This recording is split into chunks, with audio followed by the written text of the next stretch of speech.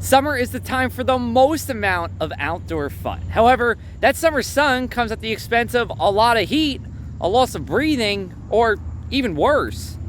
Heat waves are synonymous with summer. It's also the biggest weather killer in the United States. Between 1990 to 2019, an average of 138 people died from the heat, according to the National Weather Service. The next highest, floods, at 88.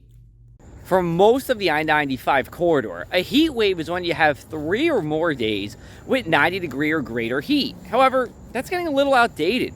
In the most recent climate normals, Washington, D.C. has an average high temperature of 90 degrees for a few days during the summer.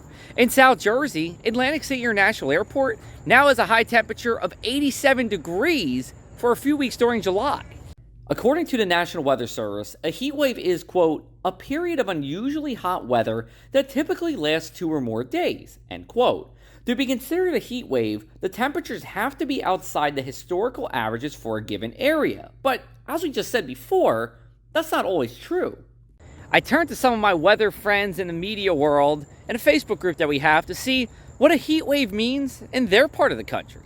Adam Rutt, a meteorologist in South Dakota, said 3 days of 90-degree plus heat does the trick, just like the I-95 corridor. Joe Puma, down in Amarillo, Texas, says you need 3 or more days of 105-degree heat to get a heat wave. And get this, Mark Jonesy in Austin, Texas, says that they need a week of 100-degree or greater heat in order to have a heat wave. The most interesting response I got wasn't an answer, but it was a suggestion by a person named Justin Gertz. He's in Ohio. And he said, why don't we look at standard deviation to define a heat wave? Now, standard deviation is the variability within a set of numbers, in this case, temperatures. And he said, why don't we see what 3 standard deviations are from the average hottest time of the year to get the answer? Sure, it's a little nerdy, but I think it actually does a good job here.